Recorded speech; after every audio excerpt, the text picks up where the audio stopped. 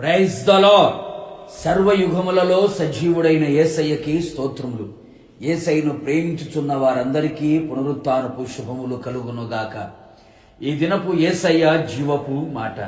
దినవృత్తాంతముల 2వ గ్రంథము 34వ అధ్యాయము 27వ వాక్యం. నా సన్నిధిని కన్నీరు విడిచితివి గనుక నీ మనవిని నేను ఆలకించి తిని.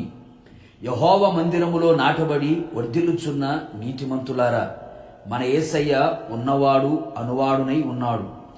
ఆయన మన మనవులు ఆలకించే దేవుడు, అంగీకరించే దేవుడు, ఆశ్చర్యముగా తన కార్యములు చేయుటకు సర్వశక్తి గల దేవుడై ఉన్నాడు. అంత మాత్రమే కాక ఆయన మన కన్నిటిని చూచే దేవుడై ఉన్నాడు. మన కన్నిటిని తుడిచి కార్యములు చేయు దేవుడై ఉన్నాడు. మన కన్నీటిని నాట్యంగా మార్చువాడై ఉన్నాడు.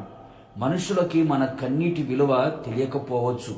అందుకే అట్టి మనుషుల ఎదుట మన కన్నీటిని విడవకూడదు.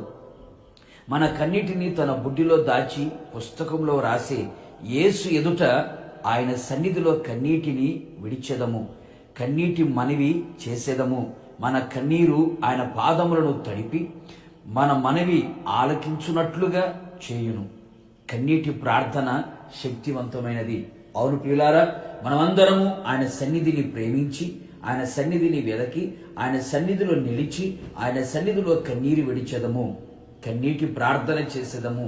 ఎలాంటి పరిస్థితుల మధ్యలో నడిపించబడుచున్నావో, ఎలాంటి శ్రమలు, శోధనలు, వ్యాధి బాధలు, కష్టాలు, కన్నీళ్లు, సమస్యలు, ఇరుకులు, ఇబ్బందులు, ఎవరికి చెప్పుకోలేని పరిస్థితుల మధ్యలో నిలిచి కన్నీరే అన్నపానములుగా మారి ఏమి చెయ్యాలో తెలియక, ఎటు వెళ్లాలో దిక్కు తోచక, నిరాశలో ఒంటరిగా నిలిచిపోయావా? రండి, ఆయన సన్నిధిలో మోకరించెదము, మనలను మనము తగ్గించుకొని ప్రార్థించెదము, విరిగి నలిగిన హృదయముతో ఆయనను సమీపించెదము. మన పాత రోత జీవితాన్ని చింపివేసి, చెరిపివేసి, తుడిచివేసి పవిత్రపరచుకునేదము. ఆయన సన్నిధిలో మన భారమంతా చెప్పుకునేదము. కన్నీటితో ఆయన పాద సన్నిధిలో నిలిచెదము.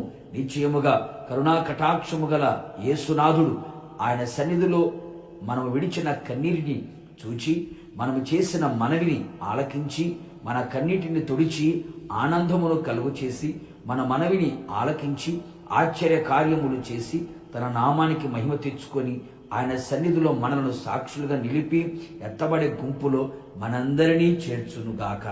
ప్రార్థన.